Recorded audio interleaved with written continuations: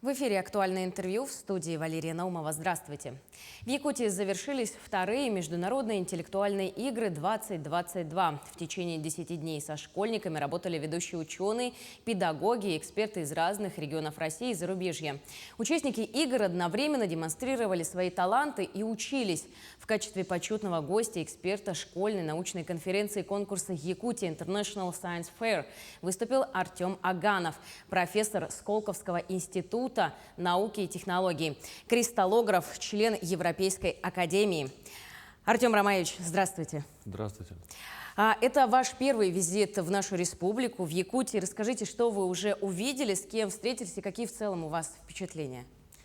Я участвовал в интеллектуальных играх, встретился с организаторами этих игр, с министром науки и образования Якутии, с рядом коллег, с молодыми учеными успел встретиться.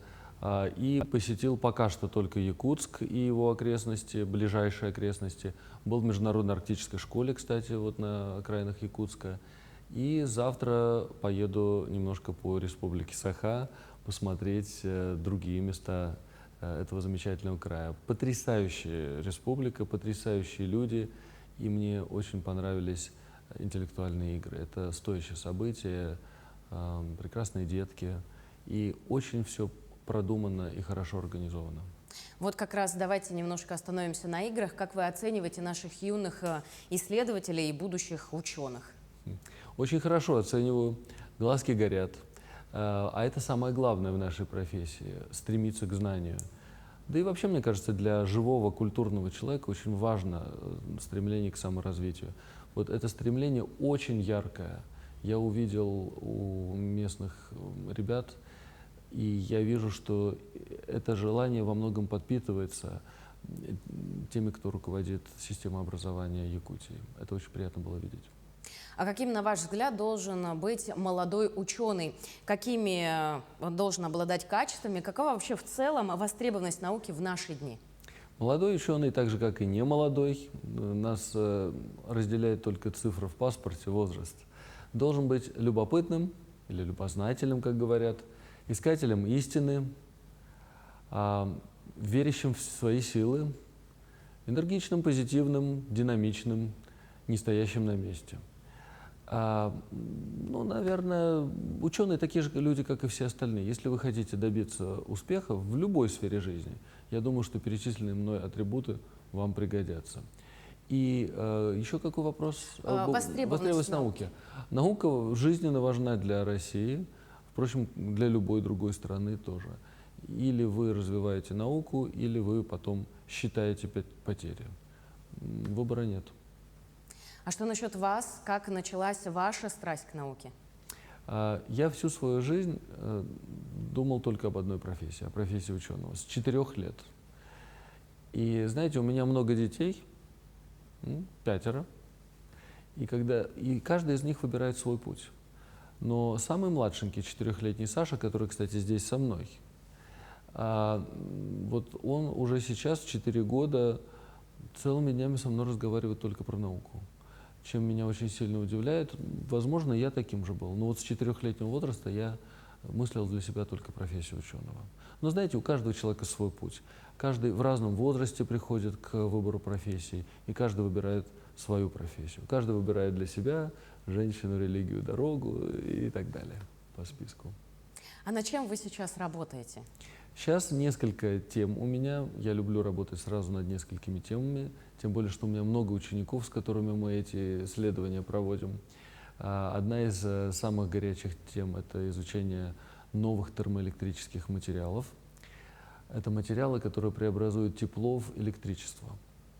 Вот, скажем, в двигателе вашего автомобиля вы можете там такой маленький генератор поставить, который от нагретого двигателя, который тепло просто бездарно рассеивается в окружающую среду. Вот это тепло, рассеиваемое в окружающую среду, он преобразует в электричество. Кстати, чем больше разница температур между горячим и холодным, а здесь в Якутии полюс холода, тем выше коэффициент полезного действия таких генераторов. Вот мы работаем над созданием новых материалов. У нас есть совершенно определенные большие успехи в этом деле. У нас очень большие успехи есть с высокотемпературной сверхпроводимостью. Это когда вы можете передавать электричество по проводам без сопротивления, без потерь. Такие материалы существуют только при сверхнизких температурах, нам, скажем, минус 200 градусов, так, по порядку величины. А в наших работах получены материалы, которые сверхпроводят уже при температурах до минус 20. То есть это совершенно спокойно в Якутии могло бы работать, да даже в Москве зимой это вообще не потребует никакого охлаждения. Но есть одна сложность. Эти материалы работают только под высоким давлением. И вот идея, как создать такую околокомнатную сверхпроводимость без давления. Ну вот работаем над этим тоже. Ну, несколько других тем. Артем Ромаевич, а как вы считаете, чем прежде всего интересна наша Якутия с научной точки зрения? Сразу с нескольких вещей, с нескольких точек зрения. Во-первых, вечная мерзлота, исследование вечной мерзлоты. Вы знаете, я тут встретил, находясь в Якутске, своего старого друга, с которым мы учились на одном курсе в МГУ. Он с семьей переехал из Москвы в Якутск. Он специалист по вечной мерзлоте. Причем специалист мирового класса. Публикуется в самых лучших международных научных журналах по материалу, который нарабатывает здесь, в Якутске. Ну, в Якутии, точнее, в Якутии. Вплоть до Новосибирских островов и до Нерюнгри. И вот он взял и полностью переехал, обожает Якутию. Он русский, он не якут, он просто влюблен в этот край с юности. Вообще в север влюблен. Так что вечная мерзлота, мамонты, конечно же.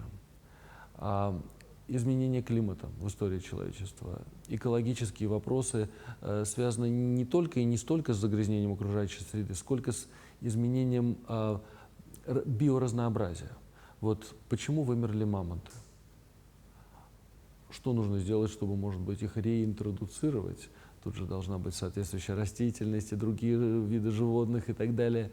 Вот как эти виды сосуществуют друг с другом? Здесь уникальный такой плацдарм для исследований такого рода. Ну и другие области науки тоже никто не отменял. Мы встретились с одним коллегой, который заинтересован, например, отправлять стажеров в мою лабораторию, занимается похожими исследованиями. И мы договорились, что двери моей лаборатории открыты, и мы будем поддерживать таких ребят. Ну и потом, глядя на этих увлеченных молодых ребят, которые здесь ходят просто табунами, ну, кому-то интересна биология, кому-то интересна химия, кому-то интересна физика. И знаете как, когда возникает талантливый ученый, вокруг него потом создается целая школа. И это не обязательно мерзлотоведение или мамонты, это может быть что-то совершенно новое. Так что будущее есть. Когда есть горящие глаза молодых человечков, то есть будущее в любой области науки. Но ваша поездка выдалась, получается, максимально продуктивной, что и для вас, и для нас, раз двери вашей лаборатории открыты для наших молодых ученых, студентов, это здорово. Но вот, кстати, про МИИ. Какие идеи появились по итогам как раз-таки интеллектуальных игр? Может, что-то уже наметили на дальнейшее взаимодействие с республикой? Я влюблен в этот край. Я впервые в жизни здесь. И я по уши влюбился в Якутию и в этих замечательных людей, которые ее населяют. Если меня позовут, сочту честью приехать снова на МИИ. И мы договорились, что я это совмещу, например, с уроками в школе. Просто приеду, прочту какие-то лекции, проведу какие-то уроки в школе. Я люблю иногда это делать, и часто делаю это в разных регионах России. И лекции прочту.